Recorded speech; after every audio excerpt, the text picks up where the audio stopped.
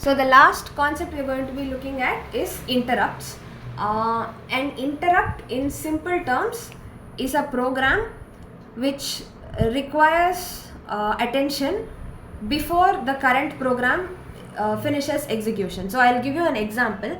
Let's say you're typing a Word document and you suddenly get this notification on your laptop saying battery low, you might want to plug in your device. So you have to click the OK button or whatever button is there before you can continue doing your work. That does not mean the laptop will not function until and unless you plug in. If you plug in, well and good. If you don't, it's going to shut down after a point. But the thing is, you have to notice and acknowledge that piece of information. After that only you will be allowed to continue with whatever you were doing. Why so?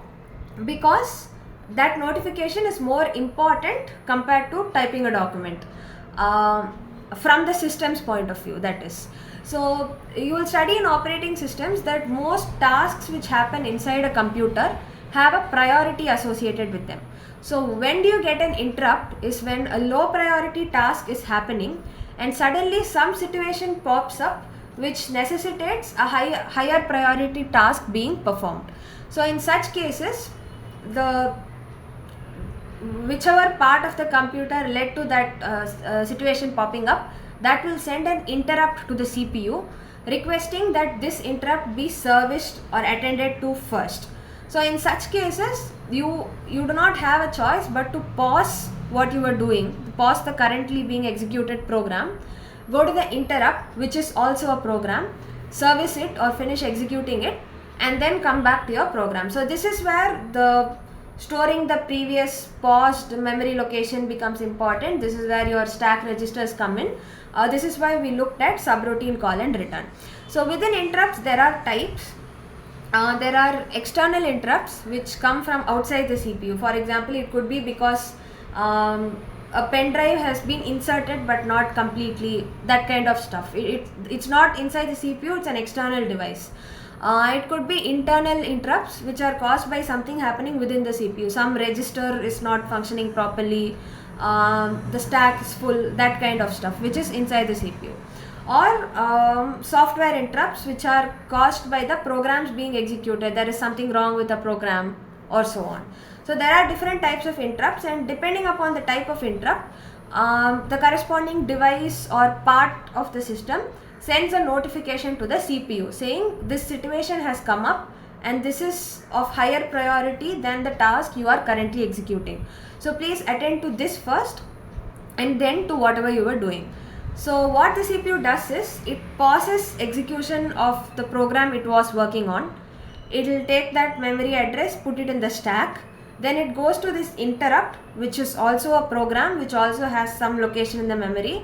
It goes to that memory location, it picks up the data, it does whatever has to be done. It services the interrupt. That's the technical term for executing and dealing with an interrupt. And then it pops the stack, it gets back the location of the current program, it comes there and continues execution. So that is what we mean by an interrupt procedure and subroutine call.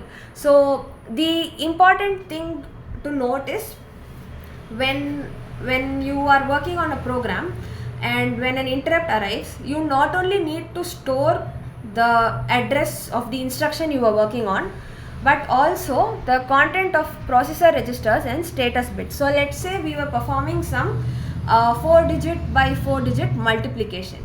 So you got all the partial products. The partial products are those 4 values you get by multiplying each digit with the other digits of the other operand.